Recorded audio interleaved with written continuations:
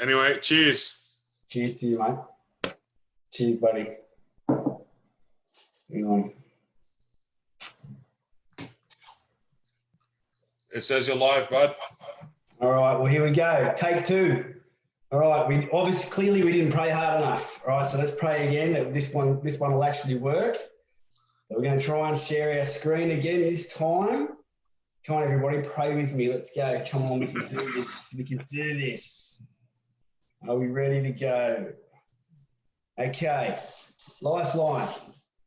Very important. No, I won't do the still again, but there's the number you can see there on the screen. And you've also got the website there.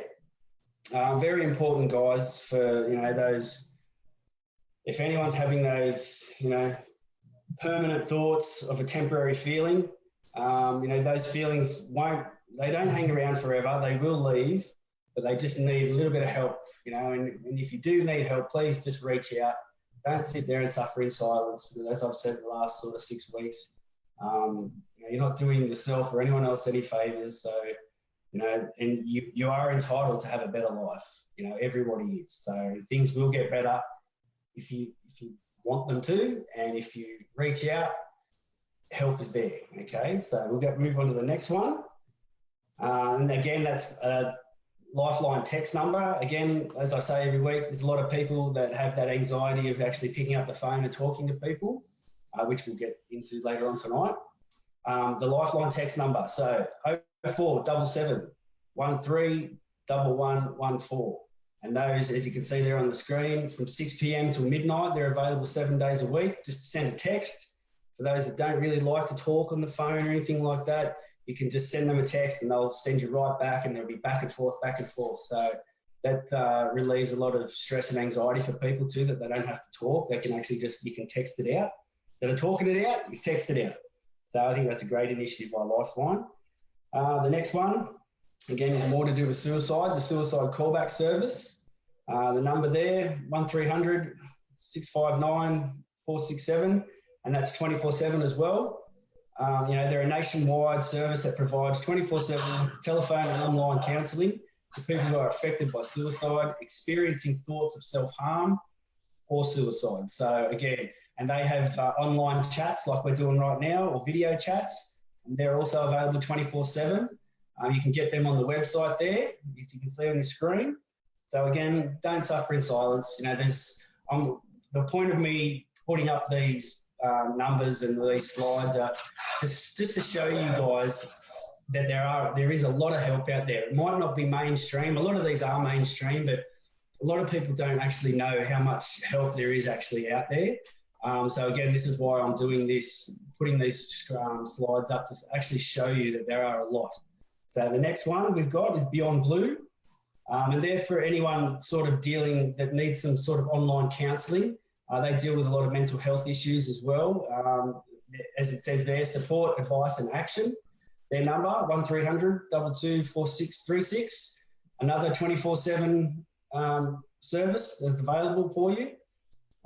Again, they can give you information and they can give you a lot of support. So again, guys, reach out, don't suffer in silence. Next one is the Black Dog Institute, another one that works with mental illness and mental health issues and things like that. There you go. They help for treatment, including depression, bipolar disorder, PTSD, anxiety, workplace mental health, adolescents and young people. Again, the suicide prevention. They do a lot of good things there, and you've got the website down the bottom. So again, more services that can help you. We'll go to the next one, which is Gotcha for Life. Now, I plug Gotcha for Life every week. I love these guys. They're fantastic. They do a lot of things online at the moment because of COVID. They can't get out and do their live workshops like they usually do, which they're very upset about, mind you. But they have adapted, as we all have, and they've put all of their workshops online. They've got a Tomorrow Man and Tomorrow Woman.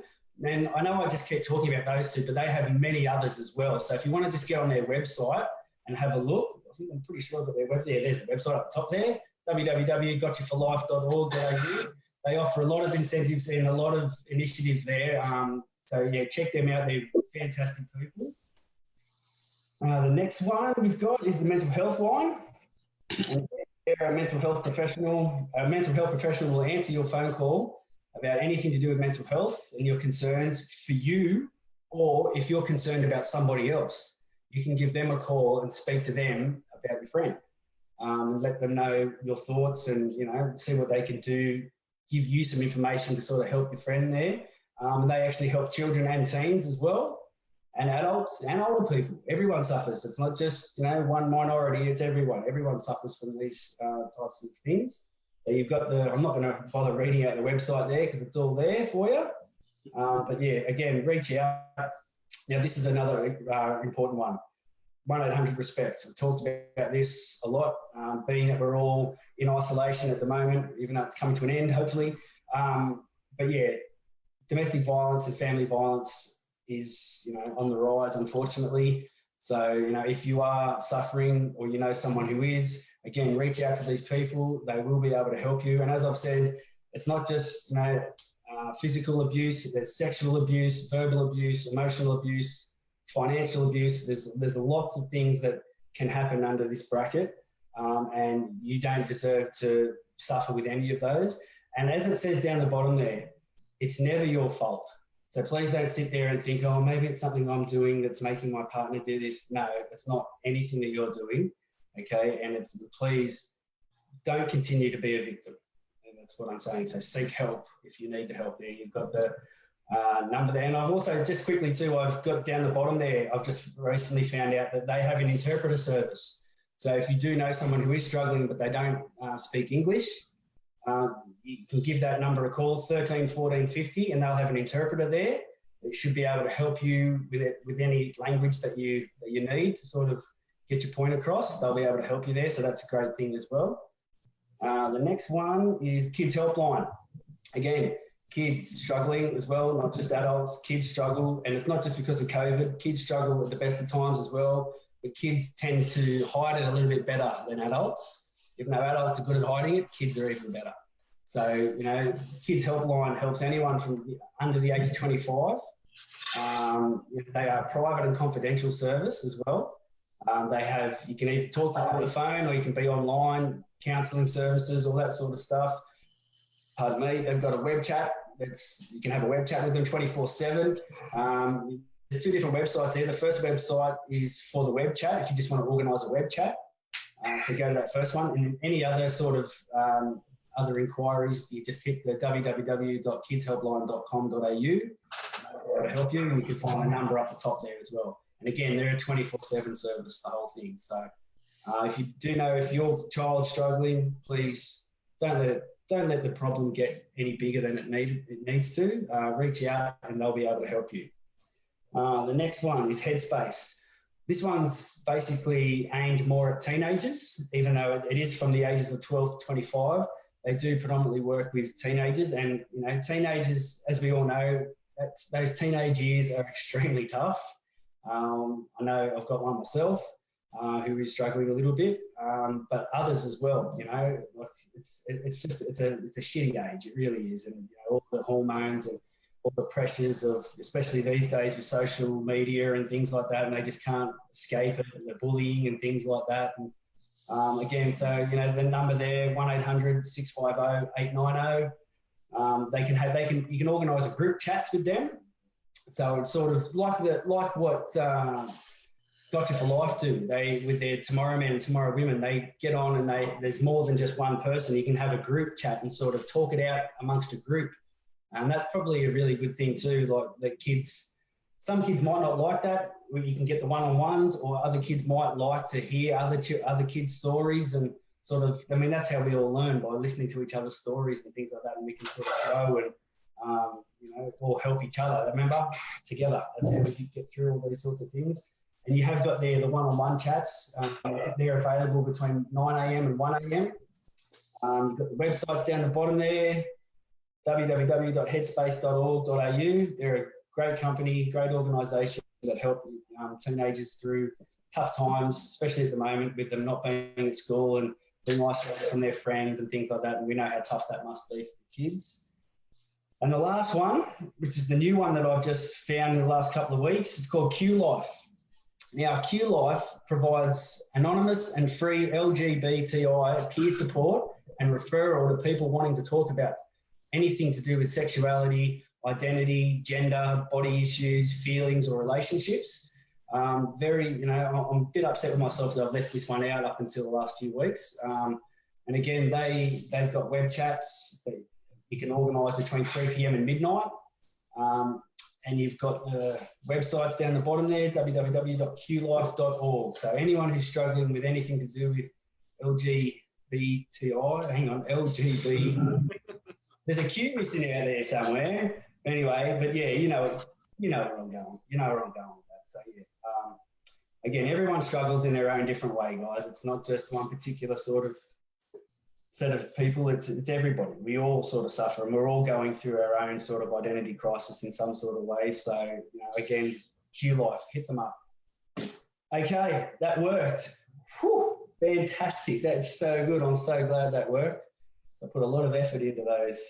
As you know, I'm not a very tech savvy sort of person, and I got through I actually put all those together myself. So I'm very, very proud of myself for doing that. But again, it's all my tech support right next to me, sitting here doing it all. It took me all day to do that. Would have taken her 2 minutes to do it. It took me 5 hours. But hey, all good. I've got nothing else to do. I'm in isolation. So we'll have a cheers to that. Cheers, guys. Hope you all are all well. So, as I've said at the start, this is Damian. Damian is a very good mate of mine. We met how many years ago was it, Dana? About 10 so far, I think. Something like that, 10 years ago. We were working at a company that no longer exists. That's how long ago it was. Everybody remembers Masters. You got to remember Masters. We were going to take Bunnings down. We really were, but Yeah, almost had them.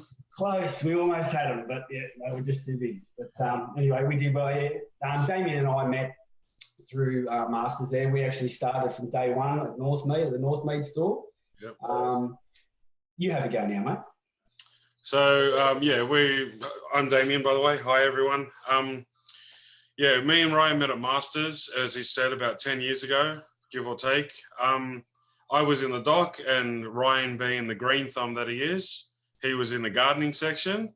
And from basically day one, we had a bit of a chat, and then we both found out we got Maltese heritage. And then from there, it didn't stop. Mate, we were at the other end of the store yelling at each other, having a go. But one thing that I will say, that Ryan was a bit of a rock for me there, because pardon the language, but there's no other way to put it. It was a shit show. And it was highly unorganized, and we bonded a lot over that. If I ever needed help, or if I never needed anyone, I know who I could call. And it was him, wherever you are on my screen, but yeah. But I will give a quick shout out to another bloke who helped us a lot. And I know that he might not be watching now, but he does watch you. And I don't know if you remember him, but Chris Watson. Oh, I remember Chris, yeah. Hey, Chris, shout out to you, mate. Hope you're watching, buddy. Hope you're doing well. So he was another bloke that helped us out a lot between everything that we had to do.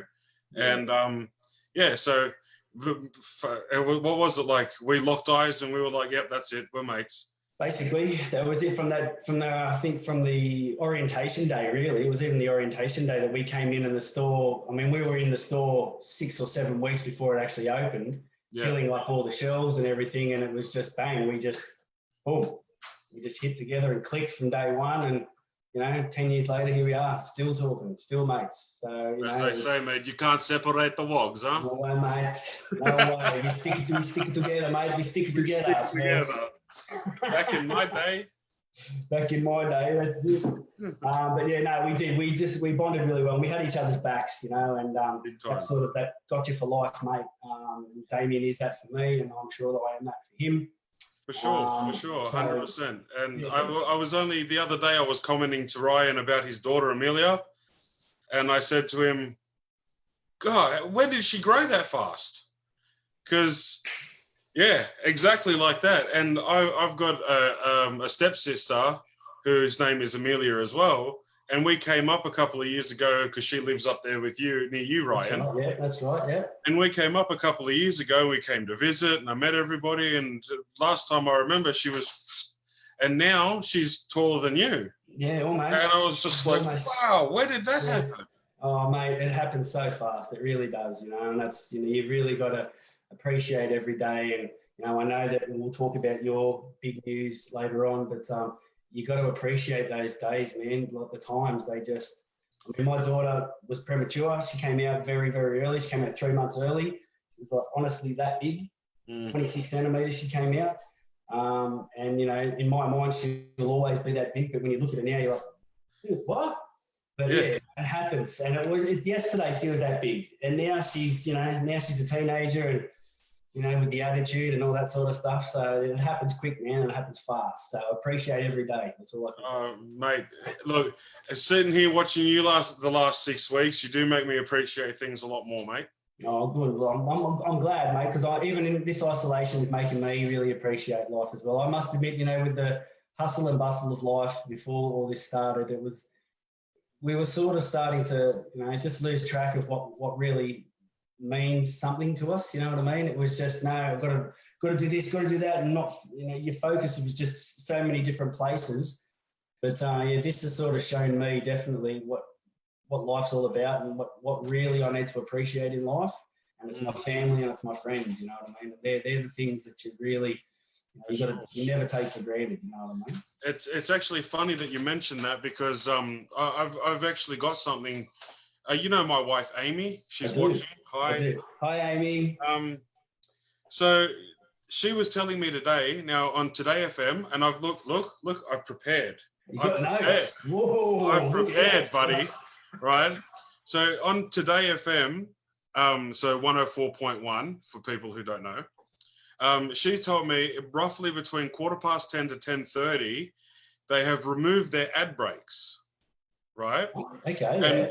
And what they've got is they've got a thing they call it three mindful minutes. Oh, wow. Okay. So, and it's 3 minutes to reflect on things that we're grateful for. That's such a great idea. And so what the lady does, I don't know who's on at that time, but I thought you'd be interested in this. That's why I bring it up. They explain that everyone is feeling the same, has the same form of uncertainty during this pandemic. But no matter what we go through, we will always have something to be thankful for. Oh. And I think if you took just 30 seconds out of your time, like 30 seconds right now, and because I can't see the comments, but I know Ryan can, let's put up something that we're thankful for. That's a great idea. There are comments coming through, but yeah, again, let's take 30 seconds out. We'll keep talking, but you guys take the 30 seconds and give us something that you're grateful for right now. Ryan, what are you thankful for? Straight off the bat. Straight off the bat, mate, I'm thankful for my wife. I would be lost without her, mate. I really would. As much as I'm sure that I shitted it here sometimes. I'm so thankful that I have such a wonderful, caring, understanding wife, and my family too, my whole family and friends. I can't stop at one. It's my family and friends. Everything. I'm just grateful for everything that I have in my life, buddy. What about you, mate? What are you grateful for? I'm grateful for the place I am in life at the moment. Everything that's happened to me from and I know you spoke about it last week, and I thank you for that, but everything that happens from that day up until right now, sitting here in front of you right now, I can honestly say, hand on my heart, God's honest truth, that I am thankful for everything that has happened to me up until this point. See, that's beautiful. I love that. That's awesome. That's so good. That's so good. Have we got anything? Here we go. We've got some messages here. What do we got? Shannon's your mum, eh? Shannon is my mum. Yes, we'll start. Hi, Mum. Hi, Mum. Love you, Mum. Mum says, I say a grateful prayer every morning for my family and everyone I love. Oh, that's beautiful, Mum. That's very nice. Thank you for that. Appreciate that. I hope I'm included in that, ain't I? Yeah, of course. I'm your favourite. I'm your favourite. Next, we shameful I am. You are, mate. I love my sisters too. I love you, Laura and Emma. Love you. You're going to get bashed, I think. Probably. Anne-Marie. Oh, I love Anne-Marie. She's always chimes in. Love you too, Anne-Marie. I'm thankful for you. What does Anne-Marie say? I'm thankful for Gilbert. Gilbert's her fiance, and Gilbert is a great bloke. I've met Gilbert. He's a top bloke, and well done, because that's something really good to be grateful for. Who else have we got? I think that's it for at the moment. We'll keep them coming through. And we'll keep announcing them during the night. But yeah, I just want to quickly get on to something that as I said, I've advertised tonight that we're talking about social anxiety and the pressures that go along with that. I posted a video this morning on the page. I'm not sure if everyone's had a chance to watch it, but again, if the technical gods are with us, I'm going to attempt to play this video for you now. Now, 10 minutes before I came on, we tested it and it worked. So we're going to play it for you now. It goes for about 9 minutes, so bear with it and just watch it. It's a really good video, and it sort of explains a lot about social anxiety, and they run through the 7 steps of how to deal with it, how to cope with it. So again, it's ready, it's loaded up. Fingers crossed. I'll see you in 9 minutes.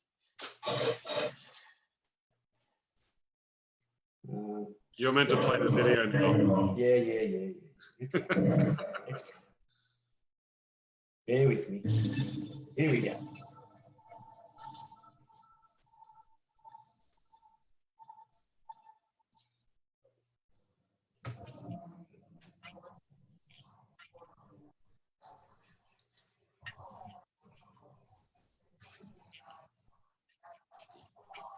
I don't think they got audio, dude. Tech support's just checking it.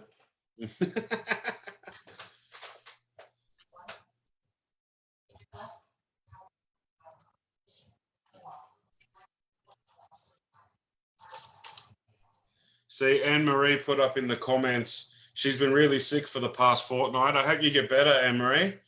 And Gilbert's been working 13-hour days and still looking after her.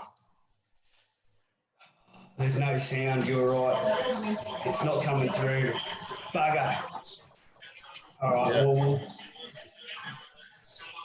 we'll shut that down and we'll try again in a little while, because as I said, in our test run, it actually worked, and it's such a good, it really is a really good video.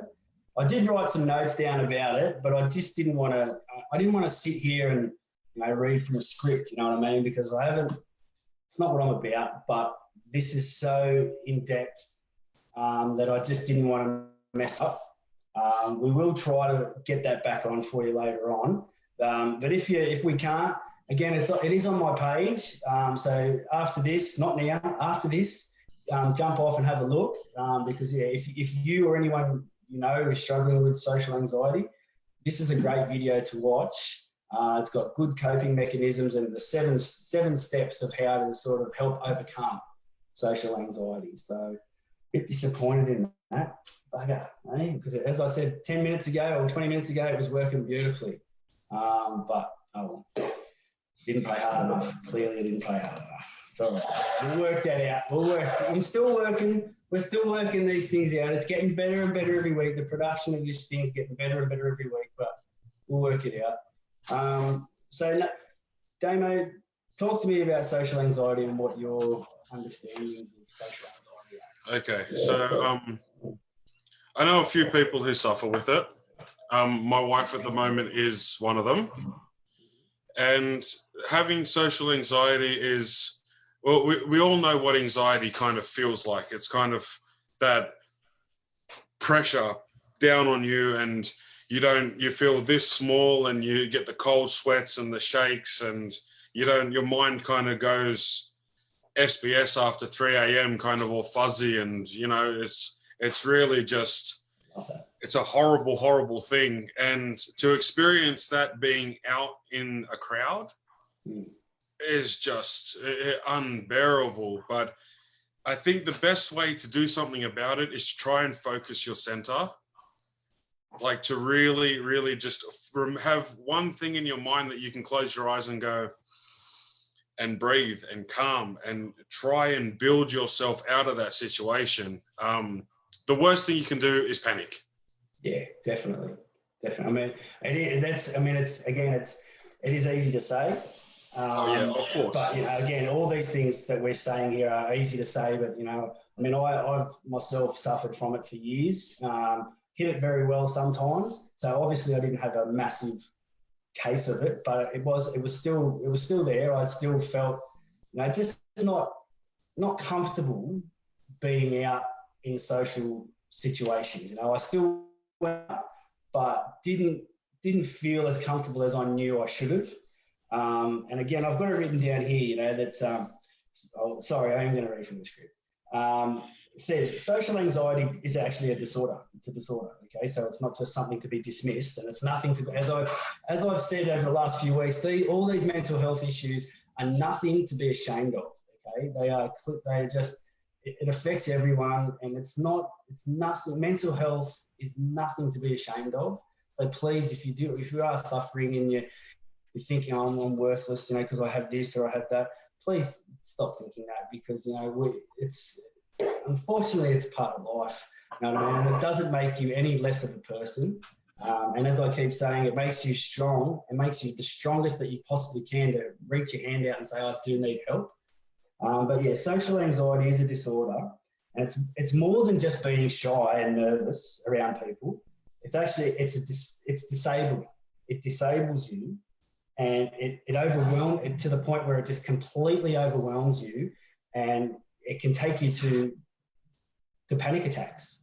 I do have a few mates that do suffer from social anxiety, and unfortunately we haven't seen them for a while, because it's so demoralizing and so crippling that just the thought of coming out and hanging out with his mates, it's just it's too much for them. And I can relate. And I'm sure you can relate, Damian, and Amy can relate as well, and all you guys out there can relate in some sort of way. But it's really overwhelming, and it's what does it say here?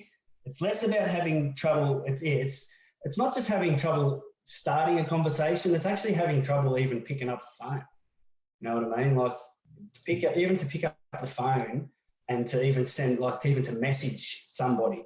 Even just the thought of, I need to, oh, they're calling me. Oh no, even someone calling you or texting you can make you that overwhelmed that, then all those thoughts of, the anxieties and, oh God, what am I going to say to him? What's he going to say to me? Or what are they going to say? And just all the monkey brain just going absolutely crazy over time. So it's not fun. It really is. So. You know how you were talking before about not wanting to leave the house and being scared of being outside and things like that? Mm-hmm. That is an early onset for what they call agoraphobia. There you go. That's right. And these things always lead to something else, unfortunately, unless they're dealt with and helped. I know people who have suffered with agoraphobia and social anxiety, and having agoraphobia is you feel trapped in your own mind, trapped inside your house, trapped inside the world. And it is beyond scary. It is. As your mum said before, you've got to find things that want to distract you. Yeah. That you can distract your mind with. That's right. And we've all got our own little vices. I mean, you know me, I play video games. That's my vice. And I do my models, which I've got right here, over there. But that's my way of dealing with it. And you've got to have that little thing where it's just yours and you can own that. Yep.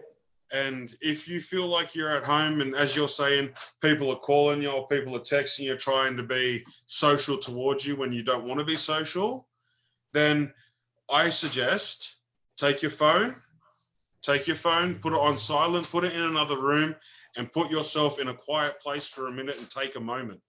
Take a moment. That's it. Just take a moment, get yourself together, you know, and really sort of, again, a lot of people tend to, you know, even more so put themselves down because, you know, oh, why didn't I pick up the phone? Why didn't I just talk to him? Oh, I'm worthless. Why didn't I do this? Why didn't I do this? So again, you're just compiling all this negativity on top of you. And that's where it all stems from. It stems from negativity and overthinking and just sort of like the wrong sort of thinking, you know what I mean? So Big time. we've got some questions here, apparently. We've got some good questions. We'll get back to that in a moment. What do we got? The last one.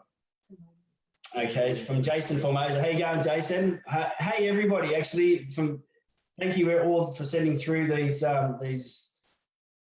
comments. We'll go back to the top and start from the top again, but we'll just start from this Jason one because my tech support has told me this one's a great question. So from Jason, do you think?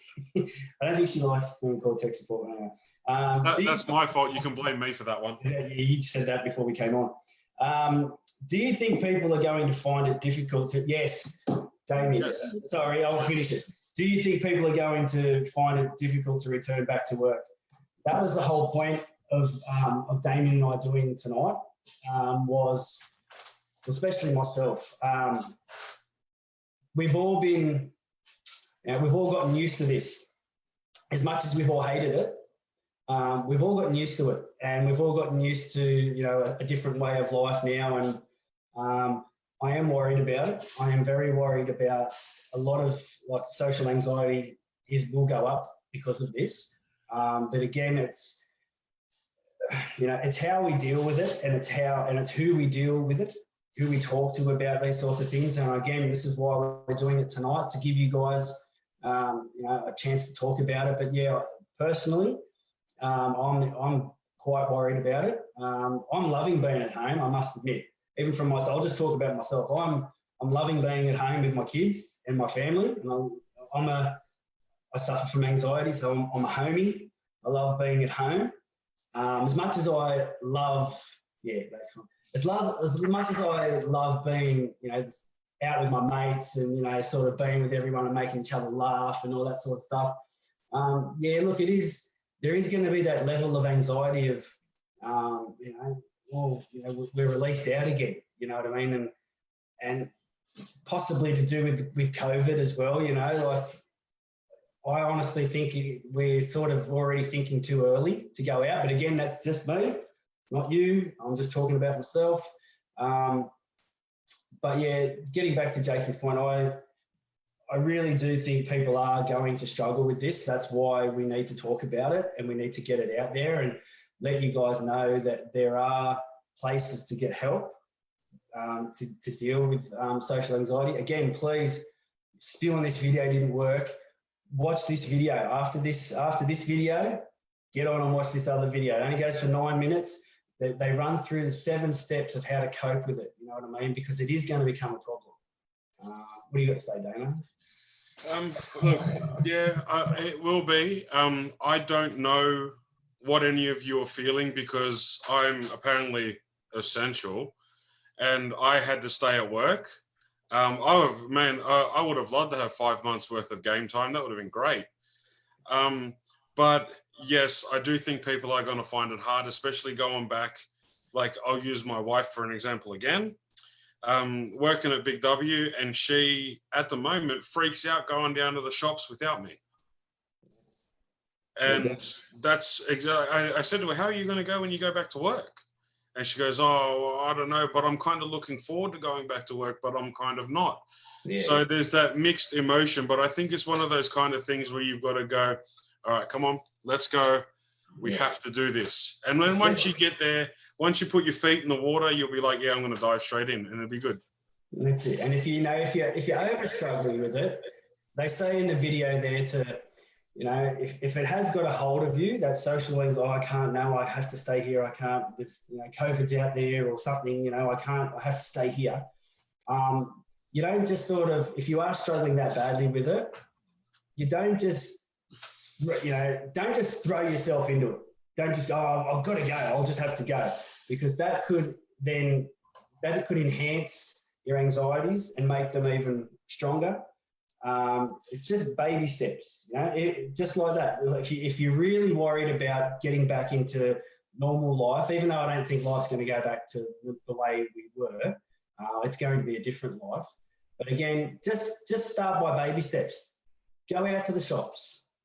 Just take a ride down the shops for 5-10 minutes. See how you feel being around people. If that's enough for you, then come home and sort of just sit there and, again, like Damian said, sit there with your models, sit there with whatever makes you you and makes you happy.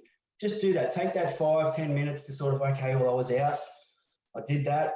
I survived. I'm okay. Maybe tomorrow I'll try for a little bit longer, or maybe I'll go somewhere different where there's a few more people. Just those baby steps. If you're lucky enough to be able to just, I'm sweet, let's go, then get out there and do it. But yeah, if you are one of those people that are already thinking about, what's it going to be like? I just don't, this could be really tough. If you're already overthinking it, then I suggest that you take baby steps. Okay, don't just throw yourself out, because if you are already having those anxieties by going out there into massive crowds, which won't be allowed anyway, but you know what I'm saying. Just take those baby steps. Just go out for a little bit and come home. Because it is going to take a while for us to readjust. So, while people are still at home and have an opportunity, they should do what you do almost every morning and go for a walk down the walking track. That's it, mate. I mean, honestly, I've been walking every morning this week. We've gone for a walk, and it was even awesome this morning. Like, as I've been telling you the last couple of weeks, you walk past people and everyone's sort of saying hi to you, and that's because we've got that commonality, that thing in common. Everyone's sort of saying hi, and even today, there was a lady on the other side of the street. She actually yelled out, "Good morning!" Whoa, that blew my mind. Honestly, something small like that just blew my tiny little mind. So, I think people are going to be a lot friendlier now that we've gone through something like this, which is going to make getting back into society a lot easier. But again, it's not taking it away that there are going to be those anxieties for people, that people are going to, find it difficult to get back into normal. When you say that people are going to be a lot happier and things like that too, though, guys, do remember that there is going to be another side of the coin, and there are going to be people who are going to be, no, leave me alone. I just want to do what I want to do and get home. And I just want to get down to the shops. I just want to do what I want to do. And in the world we live in, unfortunately, sometimes that might stem to aggression. Yes. So be careful in what you do. Everybody, we want you all to do what you guys want to do. I mean, if you want to go out like right now, and first off, I'll say happy birthday, Bruce. That's my the father-in-law. Happy birthday, Bruce. Amy's over there now celebrating his birthday with him, and when she left, I was like, oh, it's good to know that she's out, she's everything like that, but why you all want to be out there and doing what we want to do, and we can't wait to see people, like I'm looking forward to this party, Ryan. Trust me, man, it's getting organised already. Good. I'm looking forward to it. I'm turning 40 next year, so I'm already thinking about my 40th, mate. I'm already organising my 40th. You are old, aren't you? I am. Great to prove it, mate. I've got them too, don't worry. But just look, why you're all going to go and do what you want to do, and we don't have any right to tell you differently. Just be careful, guys. Please be careful. Just take it easy, because some people are going to come out of this and they're going to be a little bit more than monkey brain. They're going to be absolutely loopy. It's all going to be too much for them, and they're going to lose and just start losing it. And as I said, that might stem towards a little bit of aggression. Just maybe. Just a thought. That's a good point. Top of my head. That's a good point, Dan. I didn't think about that. I'm thinking in my fairyland how perfect the world is, but unfortunately we don't live in. No, mate. There's a dark side. See, again, we've been living in our bubble. We've been living in my bubble's beautiful. And everyone in my bubble's sort of nice, but I forgot that there are people out there that like this stress has just been too much for them. Like being cooped up, let us out, for God's sake, just let me out. I can't stand it anymore. Yeah. And there is that risk of people sort of getting out there and get out of my way. I need to get in, hurry up inside, get back here and move out of my way. Don't touch this, that's mine, blah, blah, blah. But Well, you all saw it when people started going bananas over toilet paper. I mean, they weren't even locked up yet, and they started punching on over dunny roll. Like, really? Dunny roll. Seriously? Like, come on. And then you see, it was about 2 weeks ago at the shops, and I asked an old lady if she was all right because I had toilet paper in my trolley, and I was going to give her some of what I had just to be nice. Look at you. And I said to Adela, "Are you all right?" And she looked at me and went, "Yes," and then just went around me. And I'm like, then if you want to be like that, all right, fine. You know, that's it. Well, that's it. I saw a video online. I don't know if it was made up or not, but it made me laugh. There was a younger man, probably not a younger man, but he'd probably been in his 40s or 50s. And there was he was walking towards an old lady, and she was reaching out to grab some toilet paper. And he, typical bloke, some of them anyway, just pushed this old lady out of the way. I've seen this. Toilet paper first, right? And then she's come back and just spoofed him and pushed him straight into the toilet paper and grabbed the toilet paper and walked off. So, legendary. We just don't know what's going to happen. So just take it easy, mate. Take it easy, mate. Let's take it easy.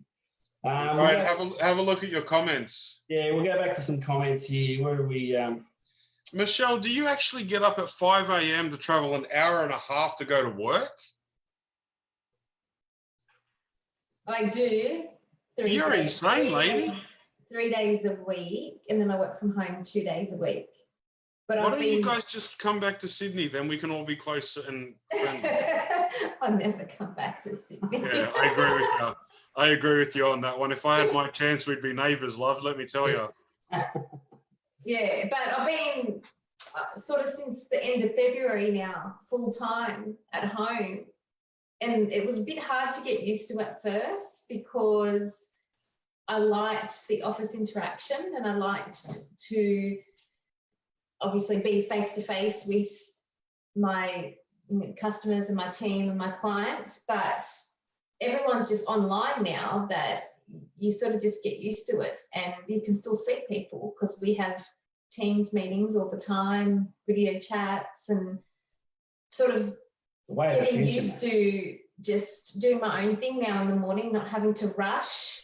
The other thing is that as much as I hate the kids being home from school, it's given me an opportunity just to do my own thing in the mornings, go for walks, and then get them prepared. And then we kind of start school at 8 o'clock in the morning. And then I've sort of gone part-time this week so I can help them out. But next week when I go back to full-time, it's going to be difficult. And I think I'm going to find it really hard to adjust when they do go back to school because the routines will change again. The routines of them getting up, having breakfast, getting lunches made. I think the best thing about them being home is not having to make and pack sandwiches and reset. They've sort of got used to having gourmet meals at lunchtime. You know, just come to think of it off the top of my head, an easy way to get back into the swing of that is just start doing it again.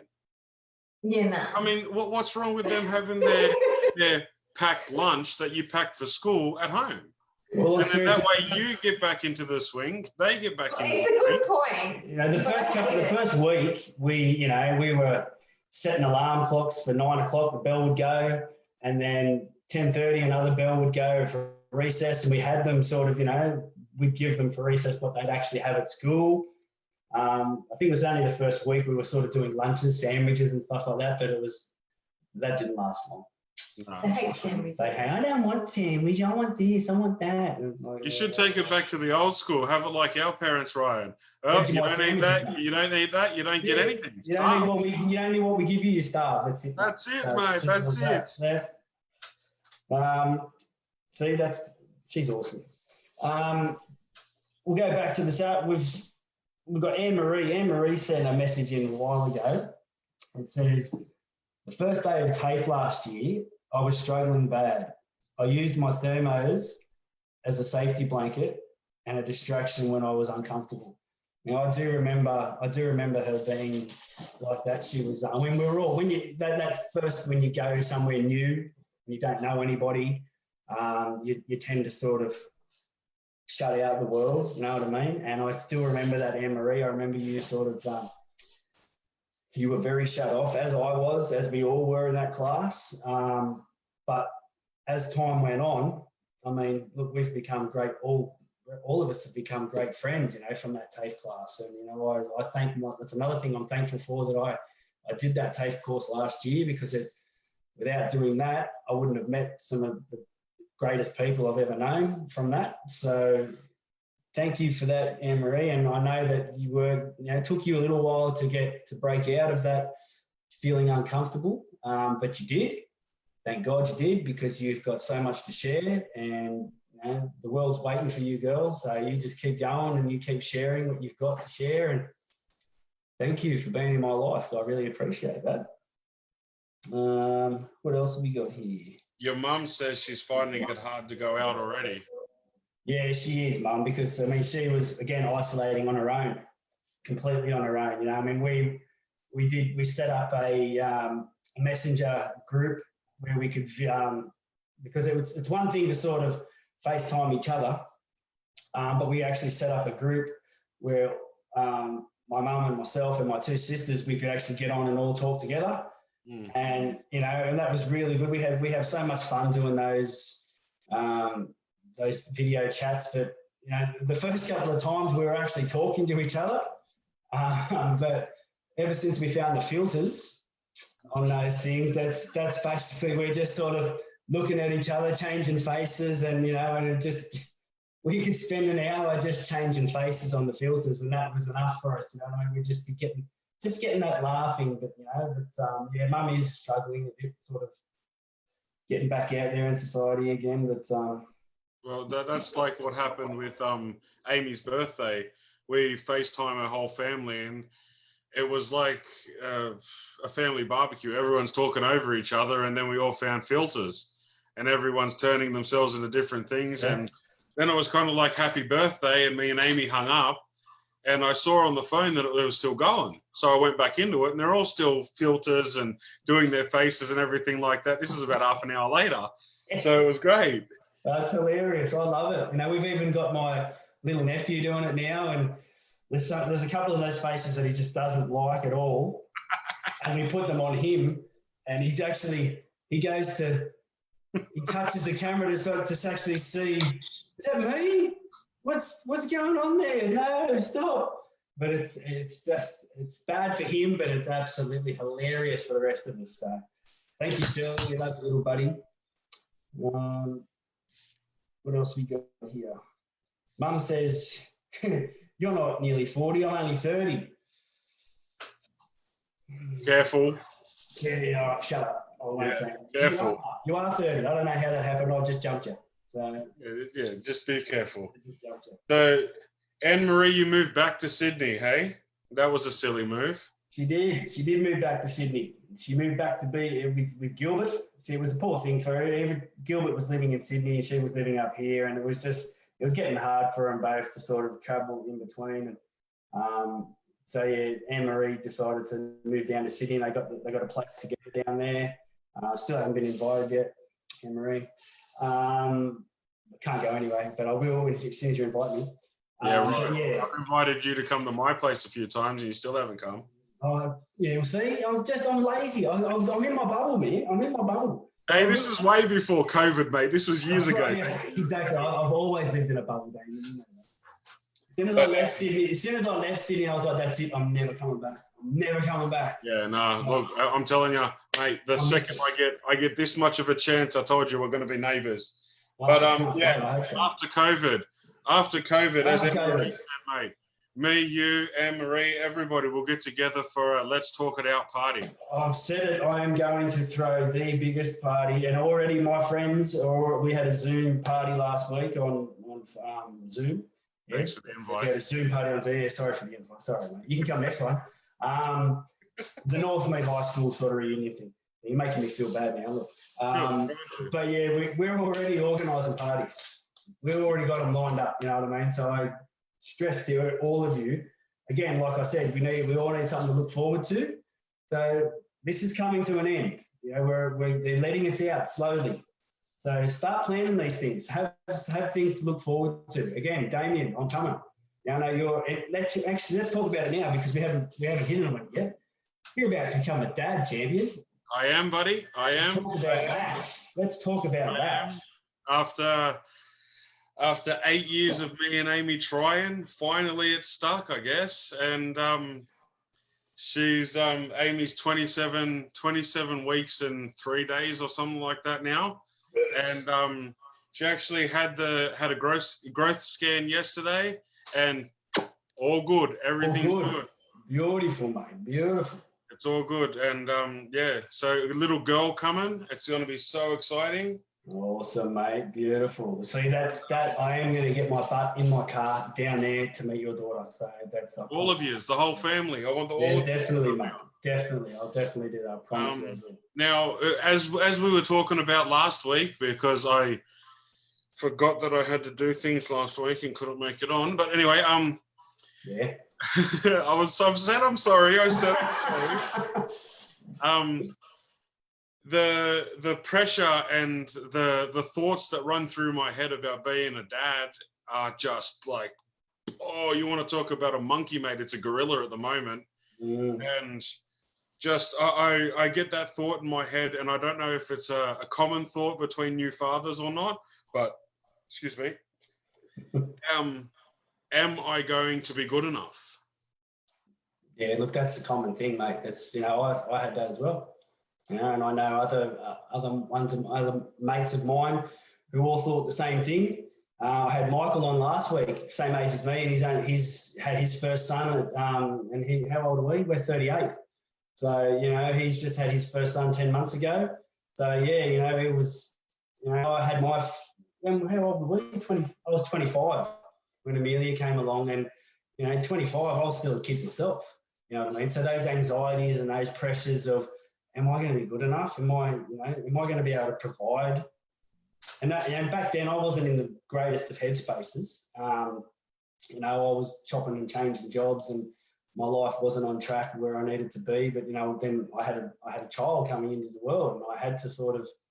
It just happens, Damian. Something just clicks, in your brain, and it's like that parental instinct just takes over. But yeah, they're common, those thoughts, mate. Those kinds of anxieties and those thoughts. Look, you know me a lot better than most people do, and you know that I'm the protective type. I try to look after everybody as much as possible. You looked after me a long time, mate. You can ask anybody that worked at that store. I either liked you and looked after you, or you knew that I didn't like you.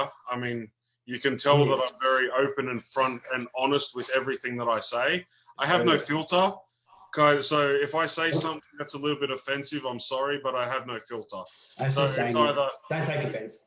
The good thing is, though, that everything I say is truth. I'm not going to lie to anybody. Yeah. And I've always been like that, right? But so I don't know. I look at it and I know that I'm not going to be a helicopter parent by any means, but more along the lines of I'm going to be a very protective father. I know that for a fact.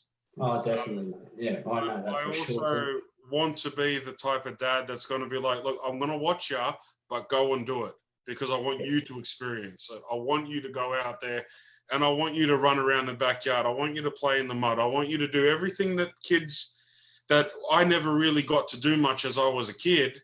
Mm.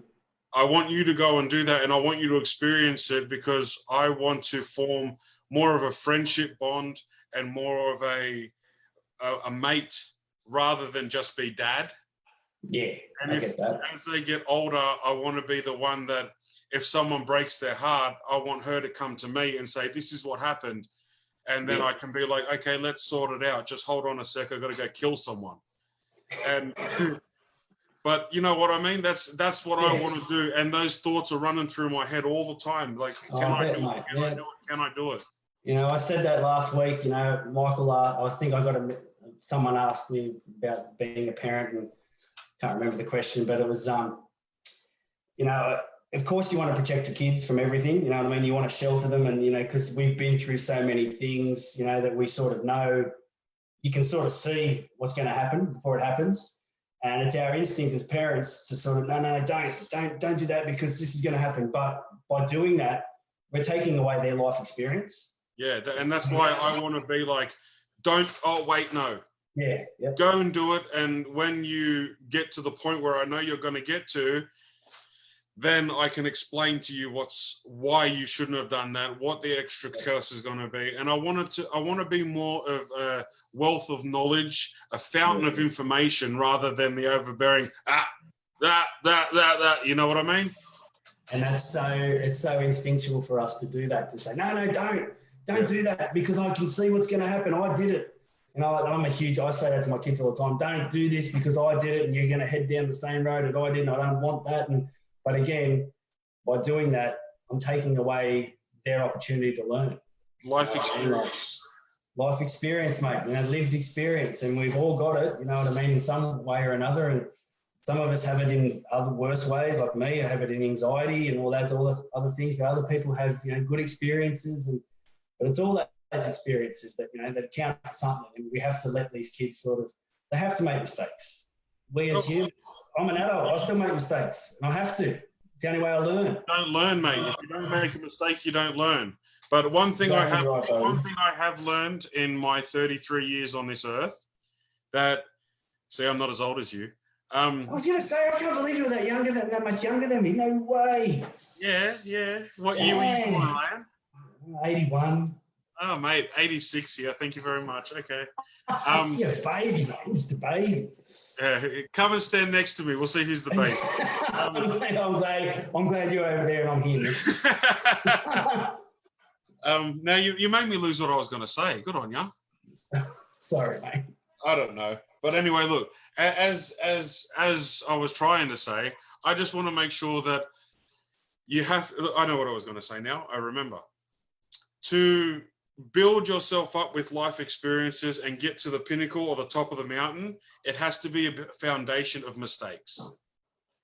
Beautiful. And Beautifully there is no way you can't build a success story off a successful beginning. It doesn't work that way. Mm-hmm. You have to put it bluntly, there has to be a bedrock of crap before you can get to the good stuff.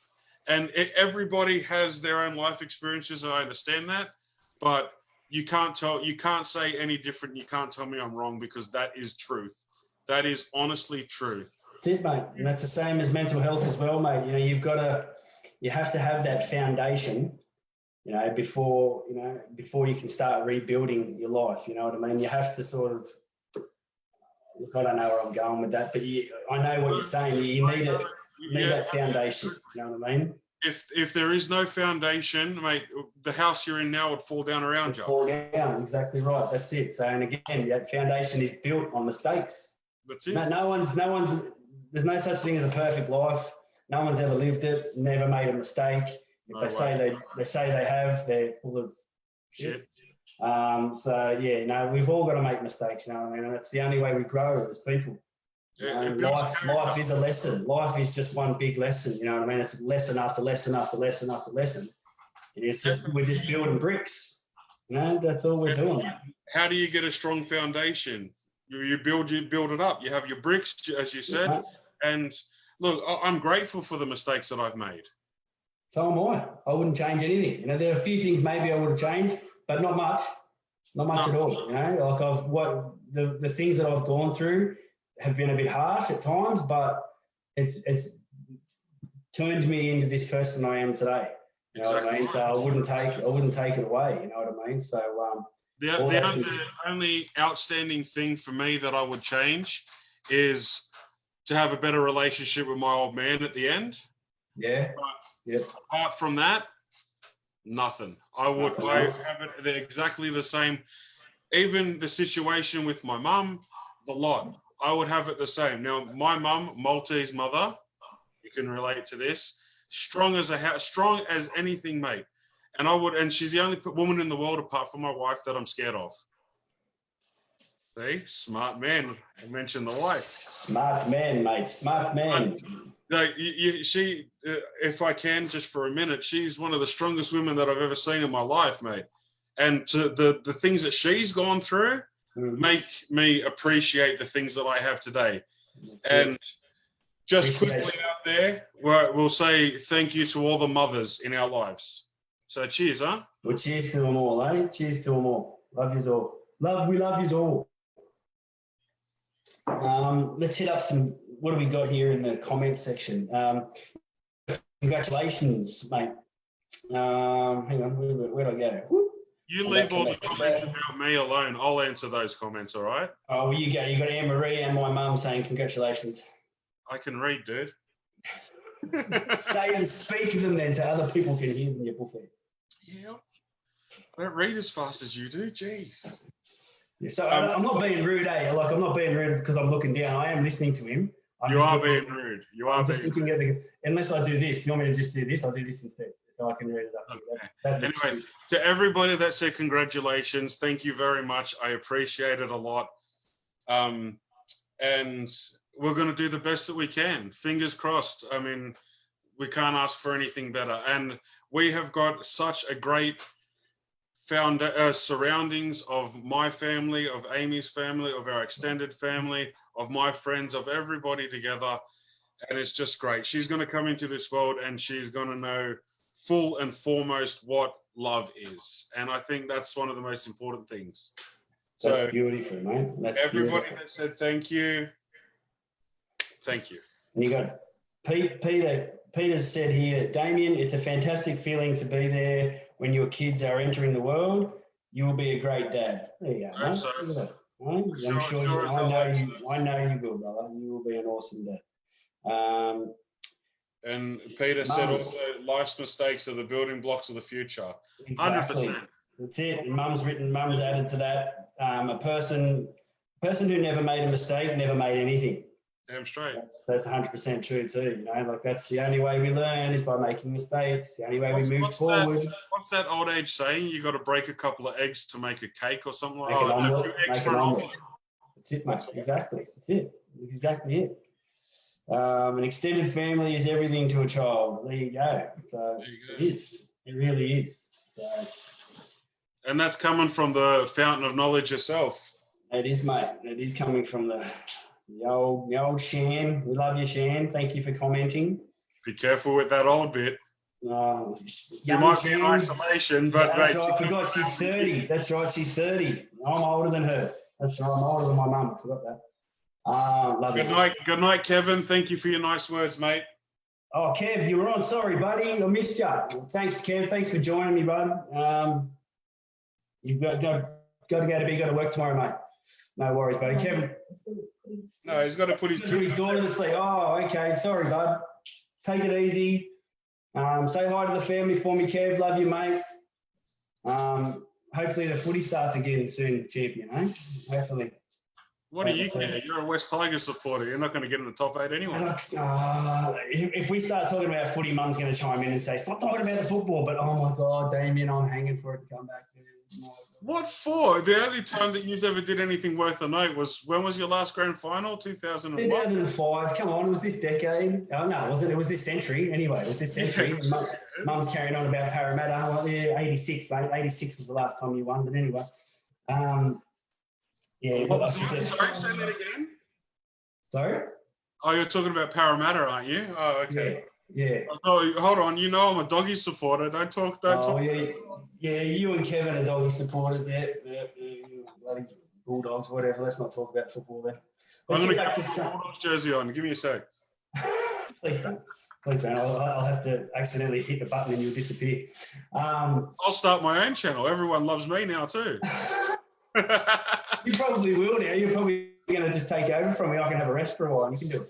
No way, man. I had anxiety coming on and having a talk tonight. That's why I'm having a bit of drink. Oh, look, mate, what do you think I do this? Like, I might be doing it, but doing this is still anxious for me. I get anxious all week thinking about, what I'm going to talk about and, is it going to be relevant? Are people, I might have had people watching me last week, but am I going to have people watching me this week? It's all those sorts of anxieties, man, that just sort of hit you. And it's funny, eh? Like, I didn't feel any anxiety right up until about 2 hours before we started. And Mate, now it feels like it's a second nature. It just goes, mate. That's it. You know, it's just that build up. It's the build up and build up of, again, the monkey brain just jumping around. No one's going to watch you. No one cares what you have to say. You're not good enough. Shut up, mate. You know, like, after a couple of drinks, I can sit here and talk to myself, really. well, that's it. Like last week, Michael and I could have just talked all night, you know, but it was, I noticed that the comments were starting to slow down. So I'm like, all right, well, maybe we should cut this, Michael, because we're just talking to each other. But let's if we can, let's get back to talking about social anxiety again. Okay. And you know, like I've got, again, like I said, I'm so disappointed that video didn't work, but I have got notes. I did take notes about the 7 steps. Yep. Now, again, I don't want to. I'm just going to paraphrase. Okay, so I've got the 7 steps written down, but I just don't want to, because it's such an in detail sort of video. I don't want to ruin it for people and go, oh, is that Ryan said that, so it must be crap. So you know what you do, Ryan? Then don't worry about explaining the video. People will go and watch it themselves. You don't have to worry about it. And if they have any questions, you're available to contact 24 hours. Yeah. Come back and talk to me. Yeah, that's it. Because don't put pressure on people to go and watch it. They'll go and watch it in their own. They will go and watch it when they want to watch it. But what I'll just quickly do, I'll just say the 7 steps. Yeah. Right? That's all I'll do is just say the 7 steps. All right. So the 7 steps to help overcome social anxiety disorder. Okay. Step 1, we need to accept it. That sounds pretty basic, yeah, but that's the way it is. We need to accept it. Accept it for what it is. Stop fighting it. Why is this happening to me? Why am I, what's wrong with me? Nothing's wrong with you.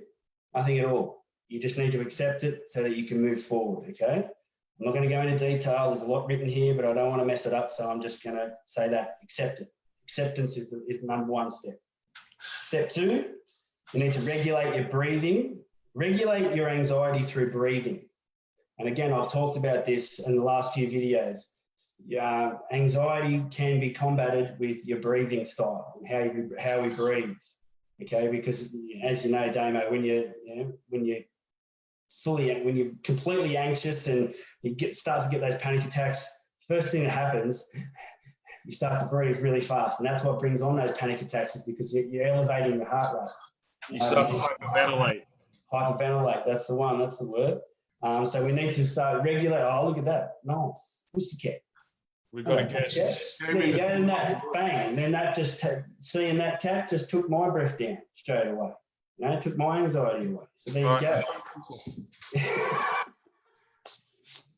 So when you start breathing that way, you start to hyperventilate, and all that oxygen going to your brain is going to start making you space out and start to hallucinate and things like that. And it's not good for you, because your blood starts to pump so fast, and it's like going for a jog. Then you can't concentrate, and your brain, it just ruins your whole system. So you need to bring yourself back. You know what I mean? You just got to think positive. If you think negative thoughts, negativity is going to surround you. All right. And to get out of those negative thoughts, we need to fill that monkey brain with positive thoughts, slow that breathing down, and things will come a bit more clearer. Because as we all know, when anxiety hits, it's like a big cloud comes over and just covers everything, covers our thoughts, covers everything, that we just can't function properly. So, and it's all to do with our breathing. We can control it with our breathing if we just bring our heart rate down back to a normal rate, and our breathing back to a normal rhythm. That's where we can start to get control back. That's also, like I was saying before, and what your mum was saying before, find a center, something to focus on while you're doing this. Even if you close your eyes and all you can think about is Ryan's face, just focus on that. Oh, geez. No, but if that's what you can focus on, you see, like I've noticed it a few times, and I don't know if you do it intentionally, but when you're talking about something that you maybe scares you a little bit or means something to you, you grab your cross I do. And I don't know if you've realized that you do it yet, but I do. that's your center. That's something It that is you my center. focus That's on. why I wear it front and center all the time, because I know with this around my neck, and this is around, I never take this off. And I mean, I never take this off. It's gold, so I shower with it. I never take it off. It's my security blanket. And it's what, when things get too hard for me, I do. I'm glad someone noticed it. I mean, no one's actually mentioned it yet. But yeah, when I was talking about Dad a few weeks ago, I think I was holding it the whole time. Yeah. What I mean? Because when things get tough for me, I do. I go to this and it centers me, it brings me back in tune with my body, you know what I mean? And it brings me back into my center. So that's what we all need to do. I mean, Anne-Marie was saying before about her thermos for a security blanket. Everyone's got their one little thing that they hold, and they, I mean, everyone's got their one little thing. See, like, I don't know what to call it. I don't know. The word escapes me at the moment, but it's your focus, and you got to make sure that you do that, because if you start getting blurry and out of focus, you need to bring yourself back into focus. Otherwise, you're going to lose yourself. And that's when a panic attack or an anxiety attack or something happens to you. And how do you, if you're having a panic attack or a moment and somebody tries to give you medical help, how do you explain that to them? That's right. How do you say to them, oh, no, it's just an anxiety attack? You have to really just stop. And calm and breathe. And a couple of weeks ago, you were talking about these meditation and calming apps that you get on your phone. Definitely, mate. Yeah, they're beautiful. They really are. I remember one. The reason I'm remembering it now is because he's online. Matt Tuma. How you going, Matt? How you doing, buddy? The one time that I've had many, but the one that really sticks out in my mind, I had an anxiety attack when I was working for Matt. I was gardening, and where was I? I was at a cemetery, actually doing some gardening at a cemetery. And I don't know, it came out of nowhere. It really did. I don't know, I can't even think of what I was thinking about before, but I remember had a whipper in my hand, and then the next minute I was next to a gravestone, holding myself like this, rocking. And I was pouring sweat. And I just honestly felt like my head was just going to explode. And Matt came running up to me, all worried. I can't remember what he was saying to me because I just couldn't hear anything. But I just remember him, he put his arms around me, around the back of my shoulders, and he was just sort of trying to he wasn't forcing me to sit still, but he was rocking with me until I just sort of came out of it, you know what I mean? Until I just sort of, I started him helping me there. If he wasn't there, God knows what would have happened. But he had his arms around me, and I just sort of started just slowly coming back to it. And because they're scary things, man. Like you said, you can't. If an EMT or someone came up to me, I wouldn't have been able to say I'm having an anxiety attack. They would have just thought, oh my God, this guy's crazy. Look at him, he's nuts. What's going on with him? How do you explain that? How do you go? And your heart rate's going and everything like that. I mean, mate, you could trigger your heart attack or anything like that. Big time, mate. But next step, what's the next one? Next step. All right, step 3. So we've got step 1, step 2. Step 3 is boost your conversational skills.